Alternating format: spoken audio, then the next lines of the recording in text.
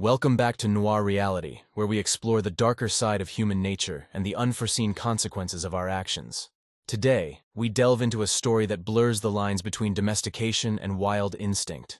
This tale shocked a quiet Connecticut town and left the nation questioning the wisdom of keeping exotic animals as pets. In the quiet town of Stamford, Connecticut, an extraordinary tale unfolded. One that would challenge our understanding of the line between wild and domesticated and the consequences of treating animals as human. This is the story of Travis, a chimpanzee who lived as a beloved pet for 14 years before a violent outburst changed everything. Our story begins on October 21st, 1995, when Travis was born at a chimpanzee sanctuary in Missouri. Soon after, he was adopted by Sandra and Jerome Harold, a couple from Stamford who named him after their favorite country singer, Travis Tritt. Little did they know that this cute baby chimp would grow to become a local celebrity, and eventually, the center of a horrific tragedy. The Harolds raised Travis as if he were their own child. From the beginning, he was no ordinary pet. Travis became fully integrated into the Harolds' daily life, riding in their truck, accompanying them on shopping trips, and even posing for photos with locals.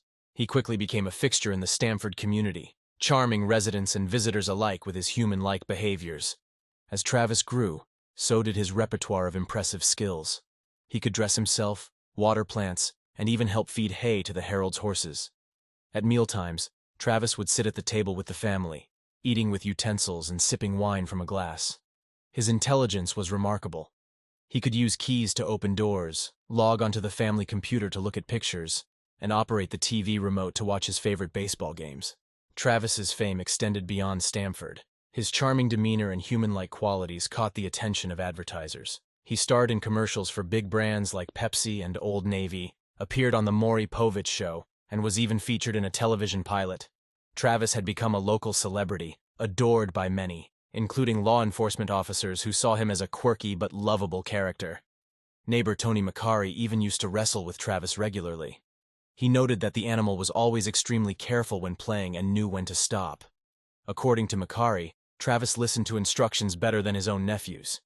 This level of control and apparent understanding led many to view Travis as more human than animal. However, beneath this veneer of domestication, there were hints of Travis's wild nature. In October 2003, an incident occurred that should have served as a warning. While riding in the Harolds' car, Travis was hit by an object thrown by a passing pedestrian. The chimp's reaction was swift and alarming. He let himself out of the car and chased after the offender, who wisely fled the scene. What followed was a comical yet concerning spectacle. Police attempted to lure Travis back into the car with treats, cookies, ice cream, and macadamia nuts. But each time Travis took the bait, he would simply let himself out again. He playfully chased officers around the car, holding up traffic for hours. It wasn't until Travis tired himself out that officers were able to subdue him with a tranquilizer dart. This incident led to a tightening of exotic pet regulations in Connecticut. New laws required permits for exotic pet ownership, though the Harolds were grandfathered in due to their long-standing ownership of Travis. Another alleged incident, though less documented, occurred in 1996. A woman claimed that Travis had bitten her and attempted to pull her into a car. While she reported the incident to the police, no official record was found, leaving this claim in a gray area. Despite these red flags, Travis was still widely regarded as harmless, well-socialized, and charming. The Harolds and their community continued to treat him as a beloved pet and local mascot. This perception would be shattered on February 16, 2009. By this time, Jerome Harold had passed away from cancer, leaving 70-year-old Sandra to run the family's towing business. She was assisted by her friend and employee, 55-year-old Charla Nash, who also helped care for Travis.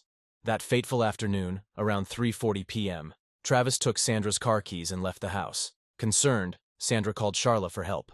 Charla, who was familiar with Travis, came over with one of his favorite toys, a Tickle Me Elmo doll, hoping to lure him back inside. What happened next would forever change the lives of everyone involved. As Charla approached with the toy, Travis's demeanor suddenly changed. Without warning, the 200-pound chimp launched a vicious attack. He bit and tore at Charla's face and hands with a ferocity that belied his usually gentle nature. Against Travis's immense strength, Charla was completely defenseless. Sandra, witnessing the horrific scene, did everything she could to save her friend. She hit Travis with a shovel and, in a heart-wrenching decision, even stabbed him with a butcher knife. Sandra would later describe this act as emotionally devastating, likening it to putting a knife into her own body. Despite Sandra's efforts, the attack continued. In desperation, she called 911. The recording of this call is chilling, with Travis's inhuman screams audible in the background as Sandra pleads for help. Police and paramedics were immediately dispatched to the scene. The paramedics arrived first, but had to wait for police backup before approaching, given the danger posed by Travis.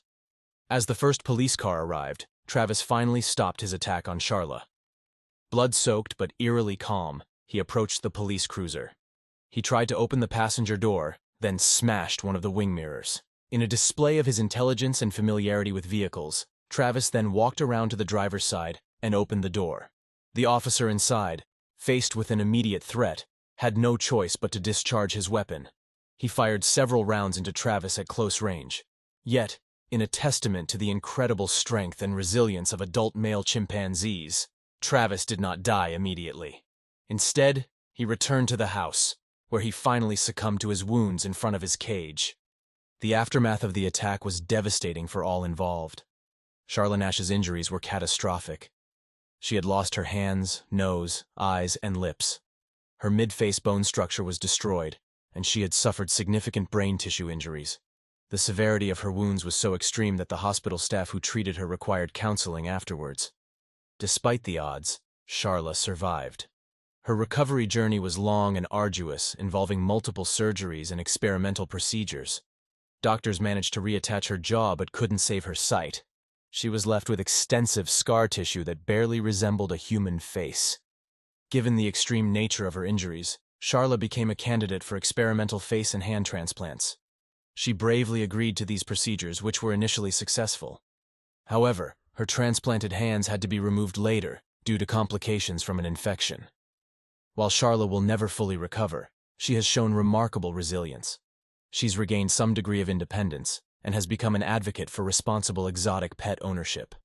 She's appeared on shows like Oprah to share her story and warn others about the dangers of keeping chimpanzees as pets. For Sandra Harold, the aftermath of the attack was equally devastating. She faced a massive lawsuit and the trauma of witnessing a violent attack on her close friend by an animal she had loved as family. The stress took a toll on her health, and she passed away just over a year after the incident, suffering an aortic aneurysm. In a final act of devotion to the animal she had raised for 14 years, Sandra was buried with Travis's cremated remains. The question that haunted everyone involved was, why did Travis snap? What caused this usually gentle and well-behaved animal to turn so violently on a person he knew? Several theories have been proposed. On the day of the attack, Charla had a new hairstyle. It's possible that Travis didn't recognize her and perceived her as a threat, especially since she was holding one of his favorite toys. Another factor was medication. An autopsy revealed the presence of Xanax in Travis's system. Sandra had admitted to giving him Xanax-laced tea earlier that day to calm him down.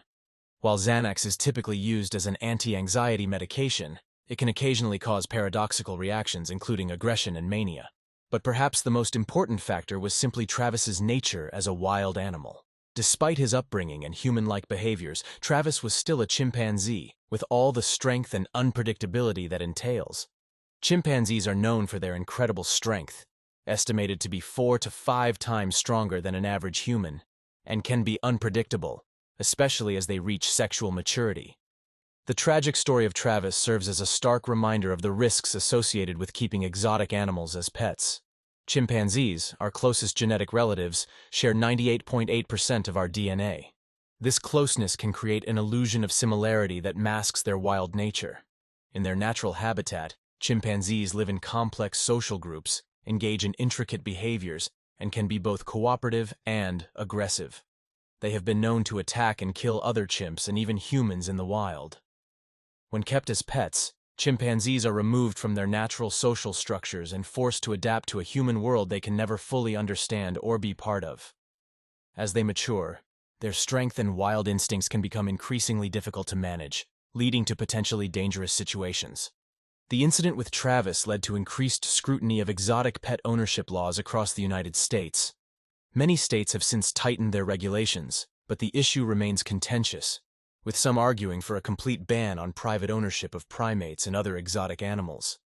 The story of Travis the chimpanzee is a tragedy on multiple levels. It's a tale of good intentions gone horribly wrong, of the blurred lines between wild and domesticated, and of the unforeseen consequences of treating a wild animal as human. For Sandra Harold, Travis was a beloved family member, a comfort in her later years, and a local celebrity. For Charla Nash, he became the source of unimaginable suffering and lifelong disability. And for Travis himself, raised in a world he could never truly be part of, it ended in a violent outburst and death. As we reflect on this story, we're left with uncomfortable questions about our relationship with animals, the ethics of exotic pet ownership, and the limits of our ability to tame the wild. It serves as a somber reminder that no matter how domesticated an animal may seem, nature can reassert itself in unpredictable and sometimes tragic ways. In the end, the story of Travis is not just about a chimpanzee who attacked a woman. It's about the consequences of our attempts to bend nature to our will, the responsibility we bear when we take wild animals into our homes, and the thin line that separates our world from the wild. It's a cautionary tale that reminds us that, no matter how much we may wish otherwise, a wild animal can never truly be domesticated. As we close this chapter of noir reality, let us remember Charla Nash's brave words. Chimpanzees should not be kept by anyone. Her suffering serves as a powerful testament to the dangers of exotic pet ownership and the importance of respecting the natural world. In the realm of true crime, few stories are as tragic and thought-provoking as that of Travis the chimpanzee. It stands as a stark reminder that reality can often be stranger and far more heartbreaking than fiction.